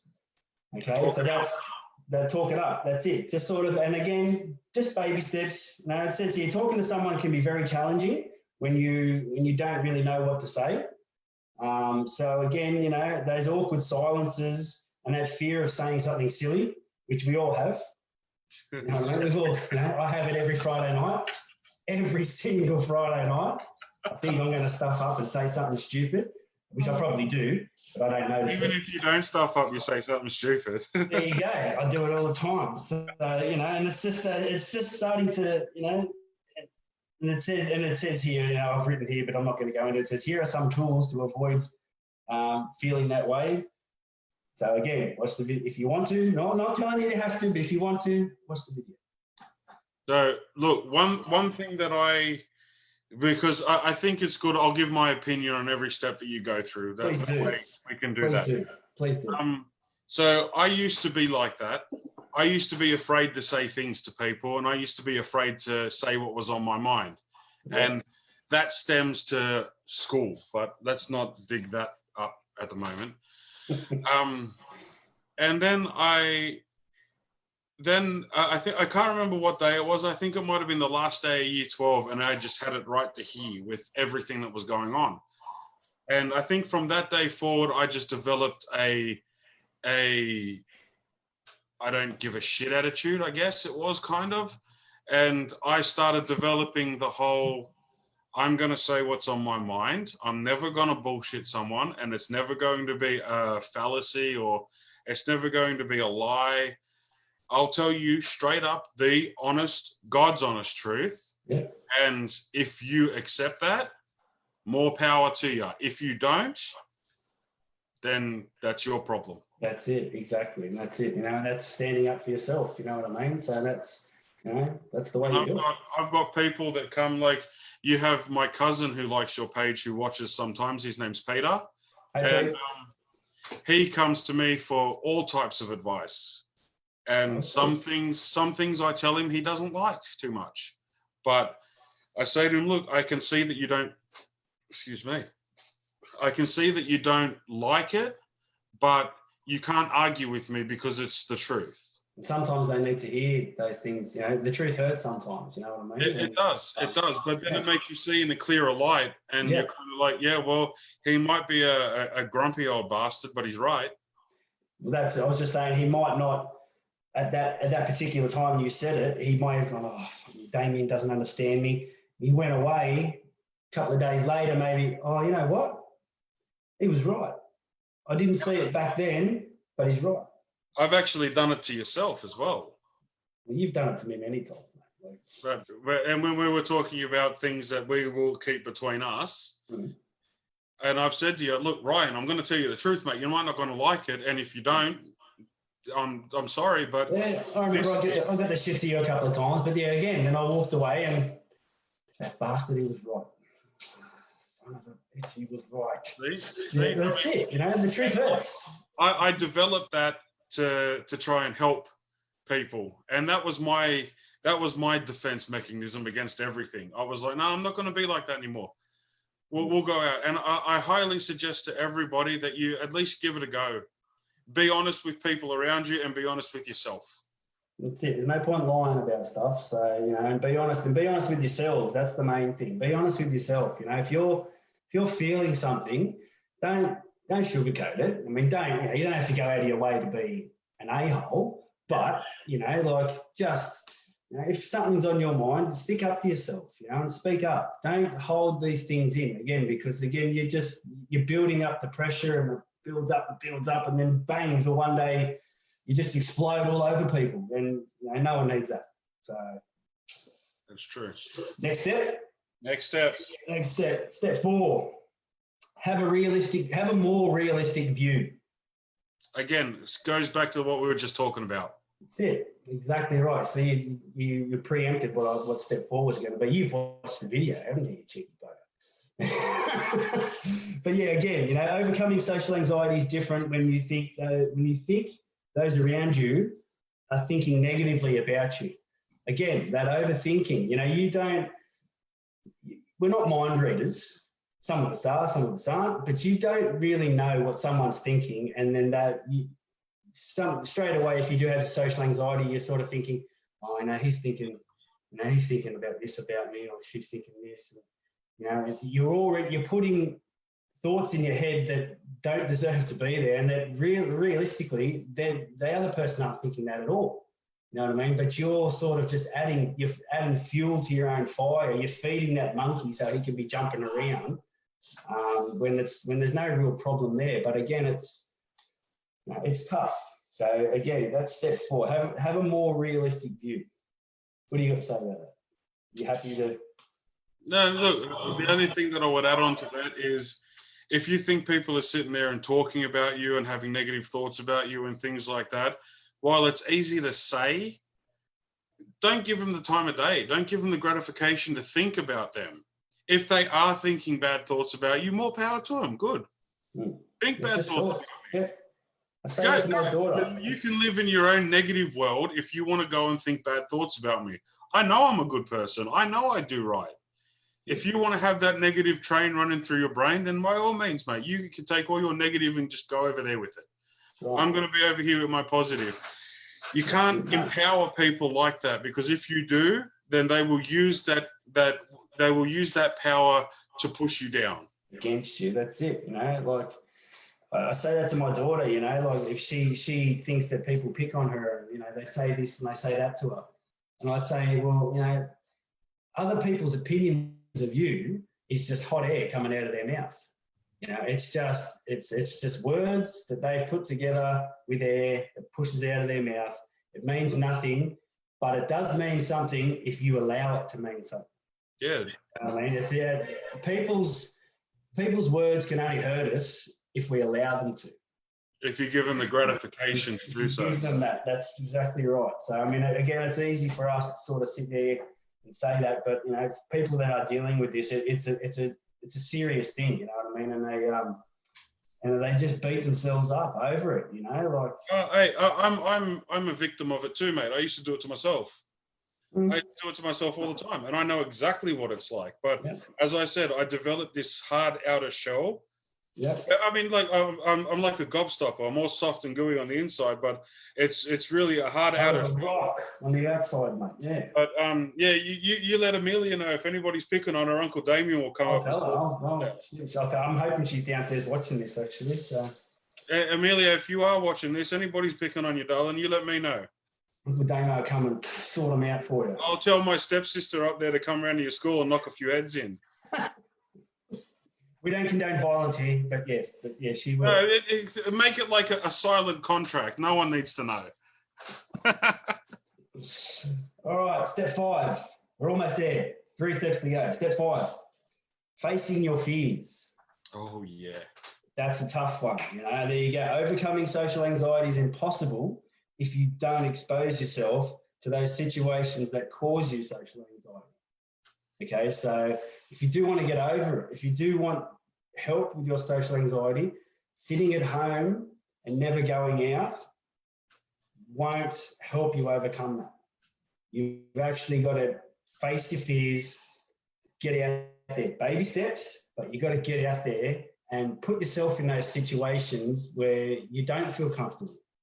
Okay, and I don't know that sounds harsh, but that's the only, again, by making mistakes, that's how we learn. You know what I mean? So those baby steps, what was that? That cause you anxiety. By avoiding events that cause your social anxiety to rise, you'll learn how to deal with those situations. So that's it. By actually being out there, you'll realise, okay, well, no, that didn't work, but maybe if I'll go and talk to this person, oh yeah, that worked. And you know, it's just, you've got to actually put yourself out there for you to grow, basically. It's, yeah, you're right. You are right. Of course I'm not. The video's right, not me. Sorry. No. The way you explain it more, I should say. Yeah. Though it can be daunting going to talk to new people. Big time. And it I can say from experience, it has been daunting. I mean, I had to go and talk to this mug. But look at what we've got now. I mean, I not only did I find a friend, I found a brother. I'll be honest. Back in the Masters, that first day, I saw you and I thought, oh my God, I just like, look at you. You have a, what's the word? Say it. I got a fat head. I know you've got a presence about you, right? You've got a presence about you. Hasn't always been there. It's been worked on, but yeah, I understand. And I just remember looking over at you and I thought, oh, he looks like a nice bloke, but he doesn't look like he'd like me. So that first maybe the first hour, I sort of tried to stay away, but then sort of we had to, one of the bosses sent me over, go and work with Damian out the back for a little bit. Oh, Damian, okay, yep, no worries, all right, sweet. And look, 10 years later, look where we are. That's it. It's that fear of, oh my God, who's this bloke? He's big enough to rip my head off, if I say the wrong thing. But, look at you. We're best mates, and it's beautiful. Sometimes you have to just throw yourself out there. And Look, by all means, I understand it can be scary and it can be daunting and it can be like you go over and then you say something and you get no reaction from it. Yeah. You think, oh, was that the wrong thing I should have said? Did I say the wrong thing? But then sometimes you hit a gold mine and you say something and people laugh and it's taking that first step, walking up to them and see. I can talk to anybody. I talk forever, but I do know it is hard for people, especially with a stranger. Oh, but big time. sometimes the best conversation you'll ever have is with somebody that you're never going to talk to again. That's right. Because you've got nothing to lose. Nothing you've got nothing to lose and absolutely everything to gain. So, see, that's the thing. Like you think it's an anxiety thing to go and talk to these people or talk to somebody new. I consider it to be a fear or a phobia almost. Yeah. And it's very empowering to get over these things, this fear. It is. Because if you can build yourself up to get over that fear and go and talk to somebody new and have an interaction with somebody who is new, you don't know what benefits you're going to cop from that. That's right. I mean, you have a look at our situation. You have a look at me and you, right? At school, if we went to school together, mate, we would have been mates first off like that, straight More off. likely, yeah. Right? Masters, we came together because we had to work together, and then we had each other's back. And then when you told me that you were moving up the coast, I was like, oh, what? Yeah. You're leaving me? And mate, right sock I was like, what the hell? And you were the hardest person to tell at that shop. I mean, we all made some great friends there, but telling you was the hardest thing. It was like someone had just clocked me for 6 and I had no idea. I was like, wow. And then because you weren't there for the close, were you? You had gone already. I was gone before the close. So.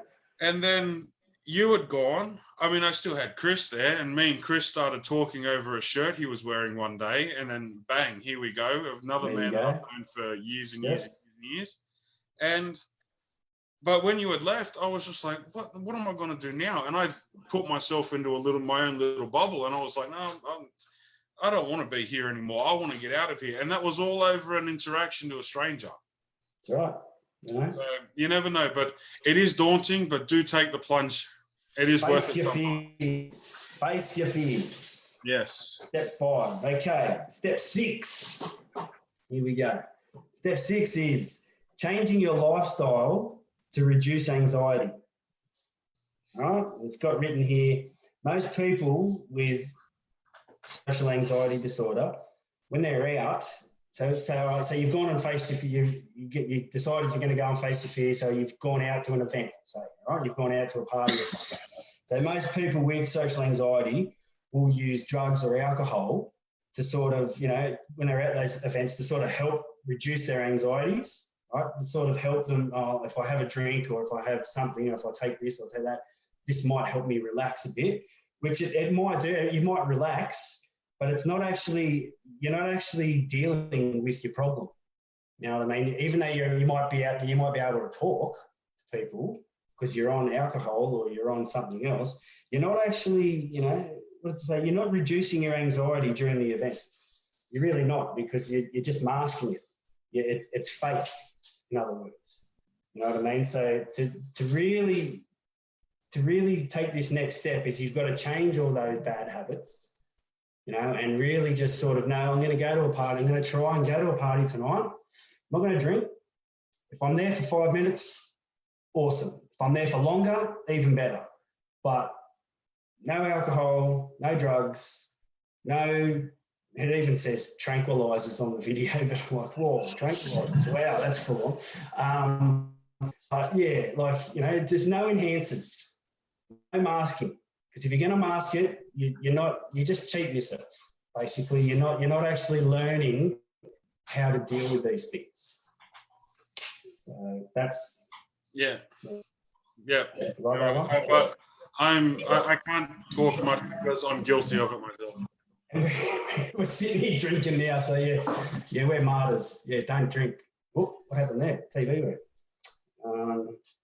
I can still see you. You can still see me good. Oh, it's just the monitor's turned off. So see that? See everyone that look of fear in his face when the monitor turned off?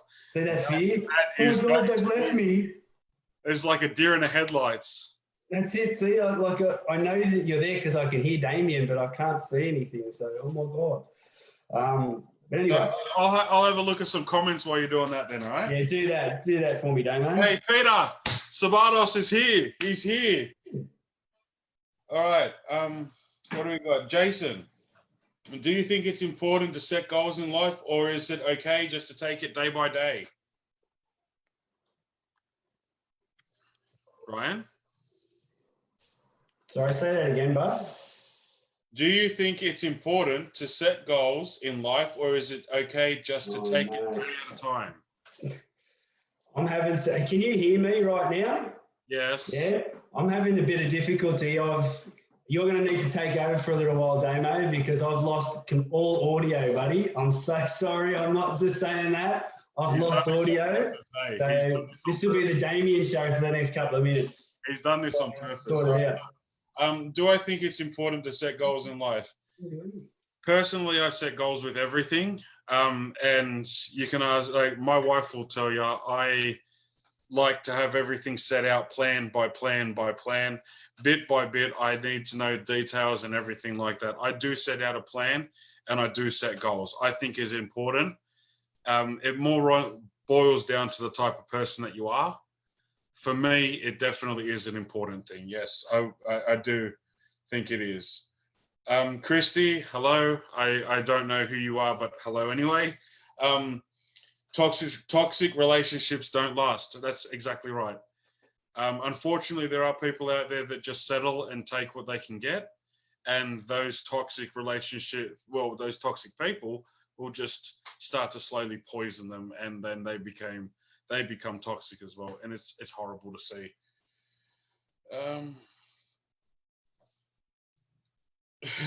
Yeah, it would have been, Jason, it would have just been quicker to watch the video.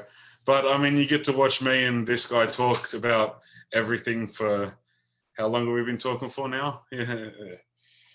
And Peter, hello. Yes, just be yourself. That's it. 100% just be yourself. And if there are people out there, and there will be people out there that don't like it, who cares? Really, who cares? If they don't like you for who you are, then they aren't worth it. It's just that simple. All right, so as far as that, I don't know where to go with this from now on, because I'm kind of like a co-pilot and Ryan's thrown me in the deep end here. But yeah, watch the video and look at him. I can see him on the screen. I don't know if you guys can, but he's laughing his head off. Yeah, don't you dare, all right?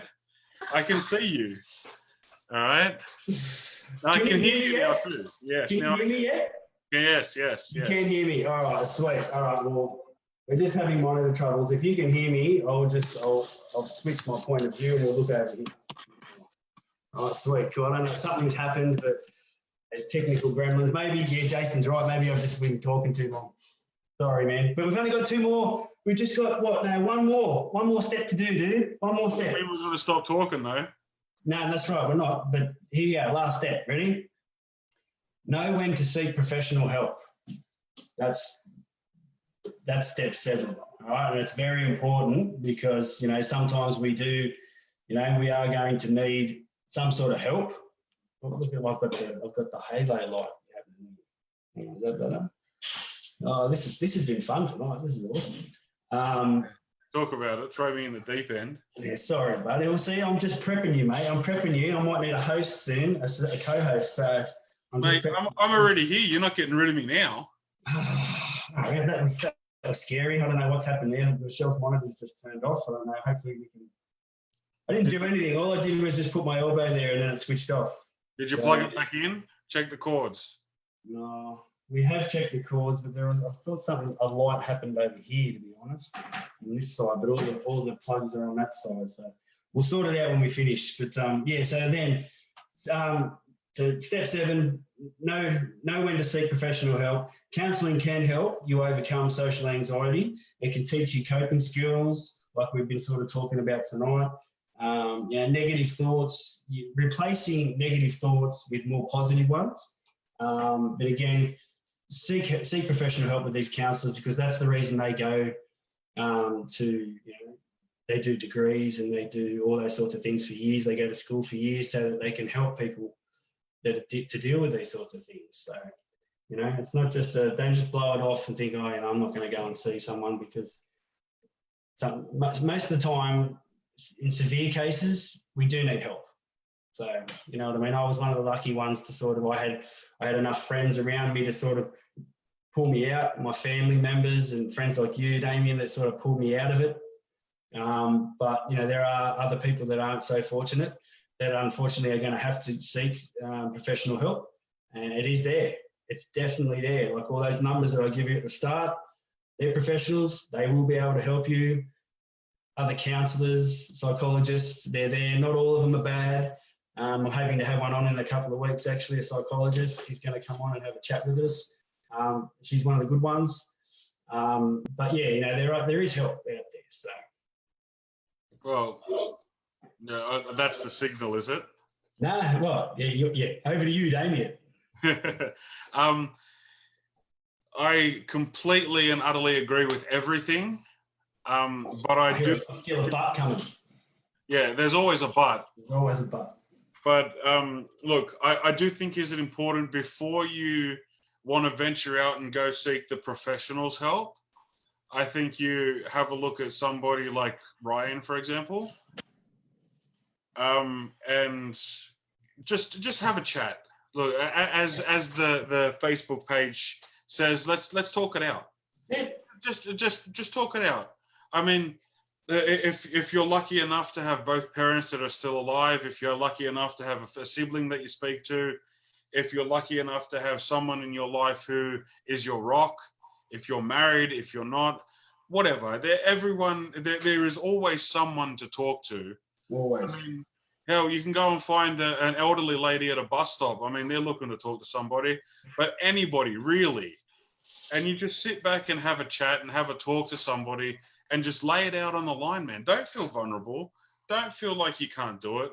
Just lay it out on the line. And that's what people like this great dude here is trying to do. Is trying to get everybody to just lay it out on the line. Let's have a chat, talk it out, and just don't bottle it up, because the worst thing that you can do is bottle it up and keep it inside. You do, and your cap will pop one day, and mate, after that, it's all over. And things like that, if you bottle up, things like that lead to self-harming, lead to suicide, lead to abuse, lead to, I don't know, doing stupid shit. And we don't want that. To put it basically, we don't want that.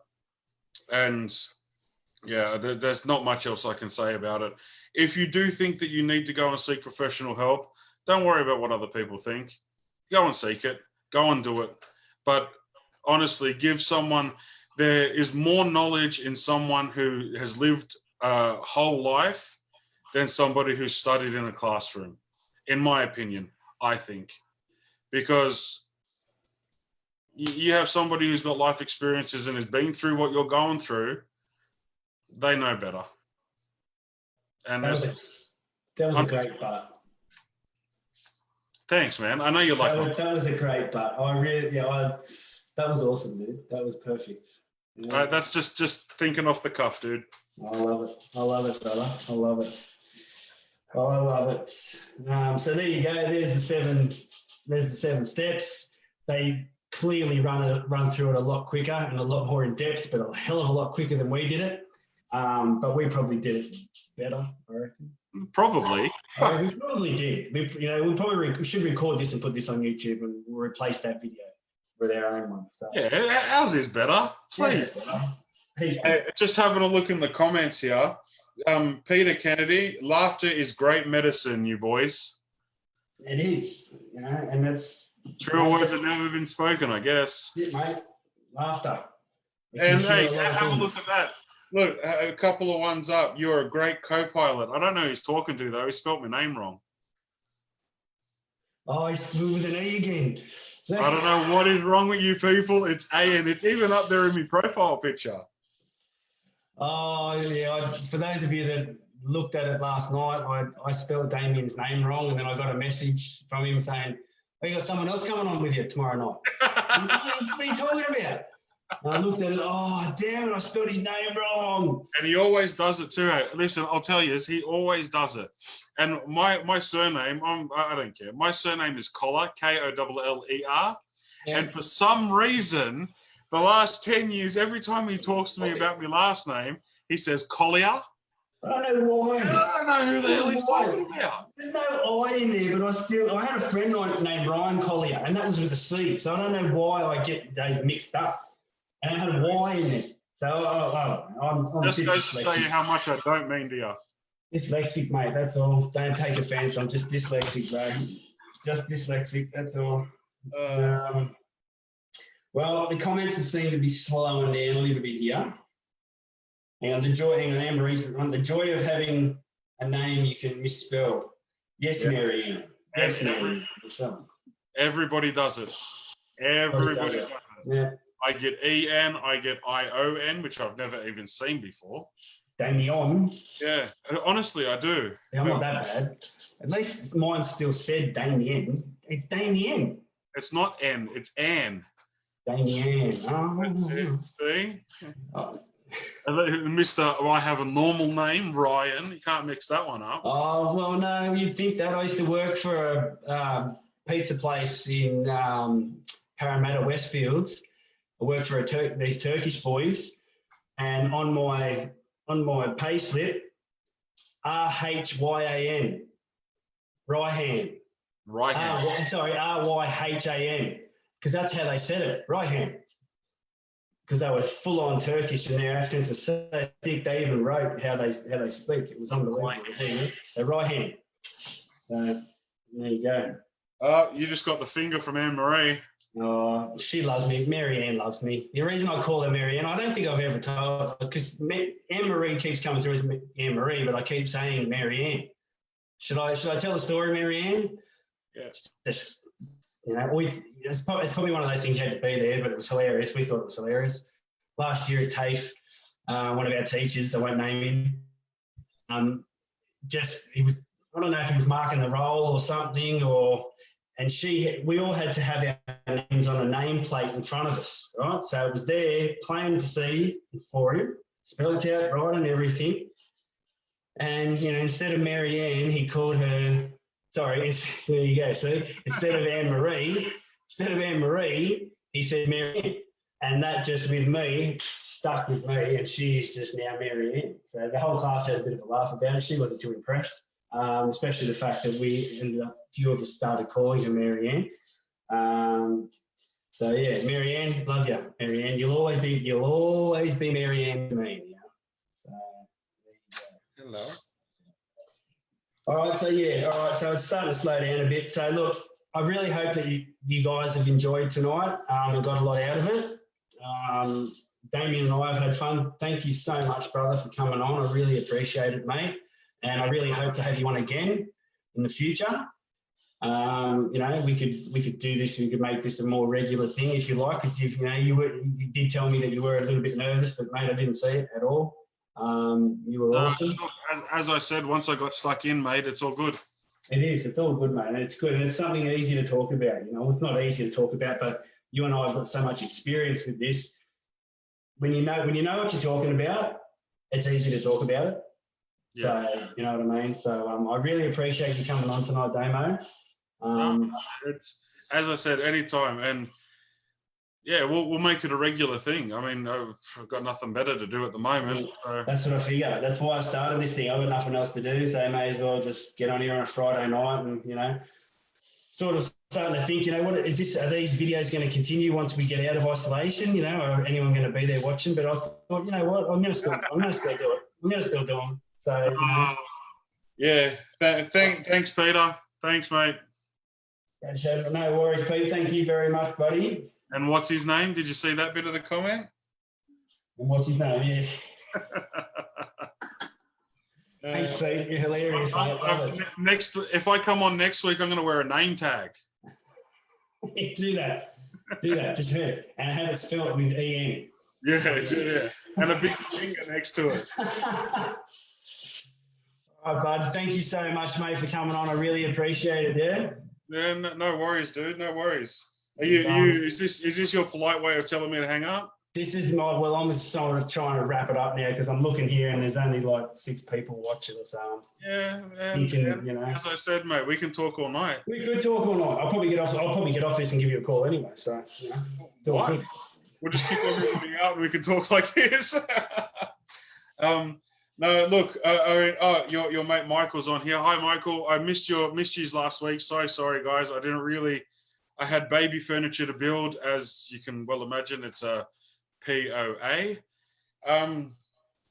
PIA. Sorry, pain in the A. Anyway. That's my sword. If you want to have a look. Just press that. And that's awesome, man. That is all. Take it out, Russ. That's what she said. Walk straight into that one, didn't I? Oh, look at that. Nice. No, all right, now put it away. That's nice. That's also what she said. But hilarious. Hello, who's that in the background? You can see someone starting to poke their head through. Come on quickly say, they want me to get off so they can use the internet. So I make them not get off the internet while I'm on this. So come and say hello. He wants to play Fortnite. He's not playing Fortnite, mate. We talked about that 2 weeks ago. No more Fortnite for this year. Yeah, I kind of have a little bit of a collection, Anne-Marie. I do it a lot. It's something that I used to do a lot back in the day, actually. Thank you, Amy. Yeah, it's a sword. That's cool. Pretty cool, huh? He's got some good stuff. I feel like Millie's. When we get off, he sent me a video of his gaming setup. I'll show you. All right, but don't get too jealous. Don't get too carried away. He's 33 years old, mate. And he can do what he wants. Yeah, right. I'm married. I can't do what I want. Yeah, I was going to say, live it up for a little bit longer, mate. Once that daughter comes, that gaming room, is she gone, brother? She gone.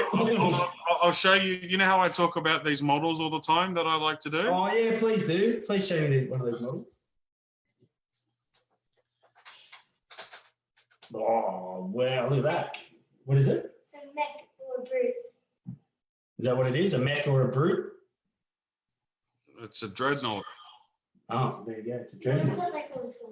Oh, that's what they call it in Fortnite, apparently. Yeah, but I had this guy and a few other ones. Wait, hold on one second. And I had this one. Nice. Can I just point out something while you're showing that? You're ignoring your wife, and she's not happy about that. Oh, hi, wife. Hey, Ames. I had a bunch of them sent off to a place in Melbourne. Yeah, Melbourne, and they're really, really good guys. I mean, they do this stuff professionally, and they come. The models come together. And they're like this. Wow. Shit. Bloody hell. And they pull them apart, clean them up, stick them together, paint them, and that's what they come back like. And hopefully, fingers crossed, in about 6 months or so, I've got one coming back that is like this. Wow. And I can't wait for it to come back. But look, I got my whole setup here. Oh, wow. Awesome. Look at that. Where did gaming center? I'll show you later. That's awesome, dude. Look at that. So that's what you do. That's what you do to get away, eh? To escape everything. You just sort of get into your own sort of head. And I sit there. I got my phone on charge. I sit back and listen to an audio book or something like that. And I just stick these little bastards together. Do it away. I drift off and hour after hour after hour. Or or as I sent you that video of my computer and all that, Yeah. I sit in there and I just drift away, man. And that's my relaxation.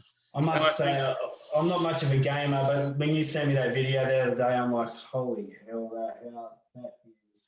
Come on, man. That's pretty damn awesome, man.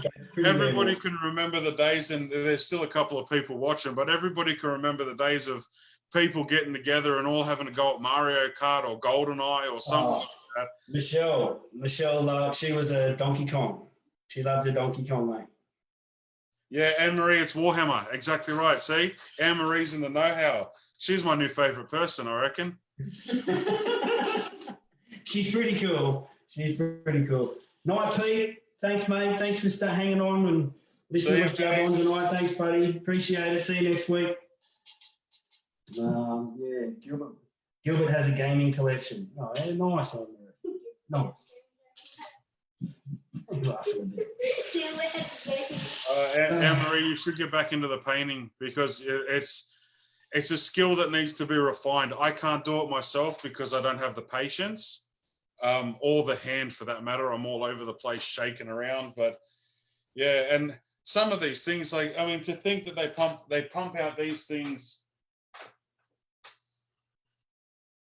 Wow, look at that. Unbelievable. And it's like this guy gave me anxiety building him. But to take it away. No, I didn't. I stuck with it and I built through it, and there was a lot of F's and C's, but I did it. So it was all good. Good stuff. Awesome. Small hands. Yeah. See, I don't have small hands. I've got. That's what I've got. But yeah. So look, tonight was great, Ryan. I understand why you do this now, and I understand why you have so much satisfaction when you do finish a video and you do everything that you do. And for the people that are still watching, I think I'll be a voice for them and say that we really do appreciate everything that you do and you put up for us. Thanks, man. The way that you put yourself out there, because you're like an exposed nerve when you're sitting there by yourself while we're all sitting here watching you.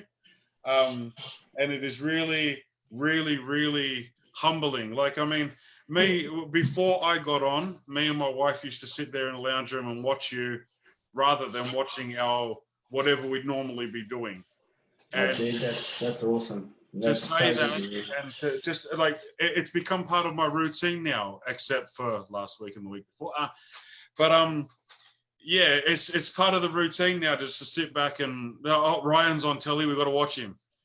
You know, mate, to hear that, and again, I love hearing it from you. And I've had other friends ring me and say, Ryan, thank you so much for what you're doing. You're taking my mind away from things, and you're giving me some knowledge and you're helping me out. And again, I don't know if that was the purpose of why I wanted to do it. I just wanted to help. I mean, I wanted to help people, but I didn't realize how much it was going to help. I honestly thought I'd be here for the first week and that was it.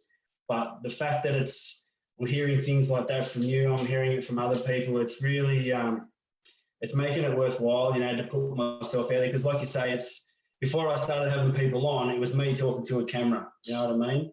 And it's not very easy to do, and it's not to open up to a camera.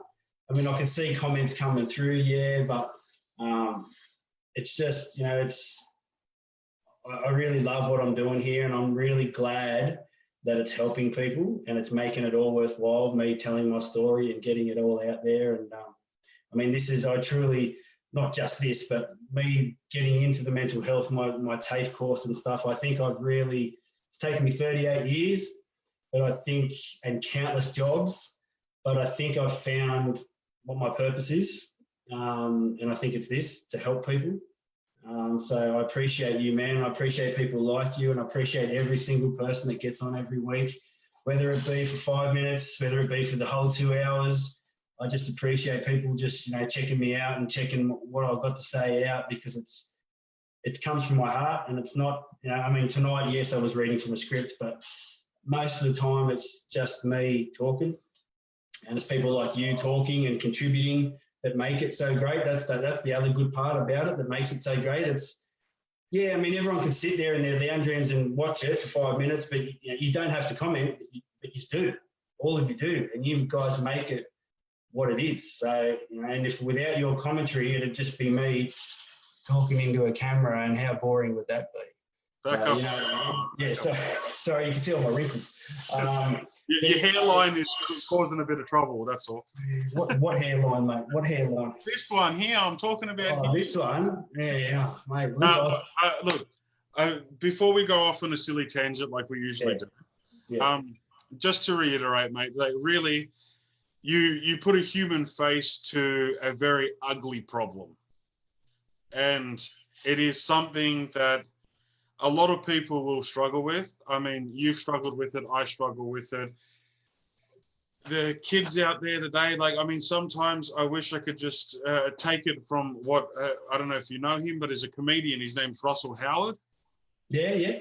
And he is very, very much up on the whole, don't belittle yourself or berate yourself. You're not as bad as you think you are. You're not as ugly or as fat or as worthless or as anything that your mind is a real son of a bitch, because it plays tricks on you, like, and it's just bad for you.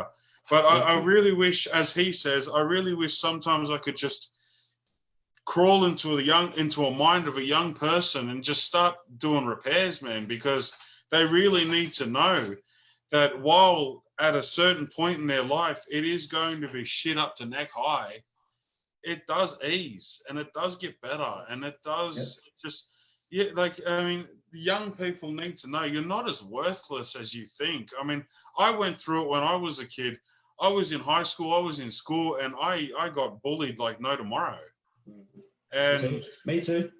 It just makes you feel like you're worthless, and you got no point in life. And I think when you message me midway through next week and ask me what you think you should talk about, I think that might be a talking point for next week, mate.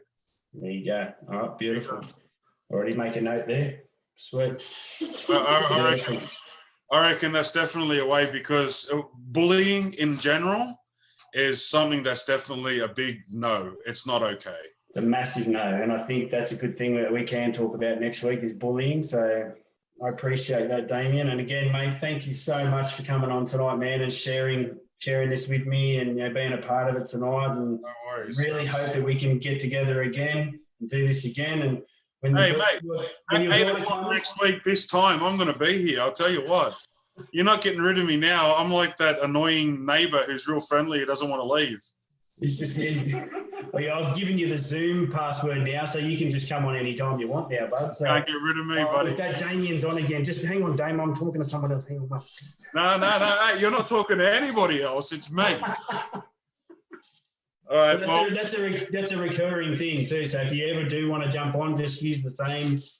I'm telling you, next week I'm going to be here. Well, I'll tell you what. Put it up on your Facebook. Put a poll if people want to see me again next week. We'll see how that goes. All right, we'll do that. Awesome. All right, Damo. Thanks so much, brother. Peace, guys. Talk to you very much. Good night, Michelle. Good night. Thanks for joining. Anytime, darling. See you guys. See ya. See you, mate.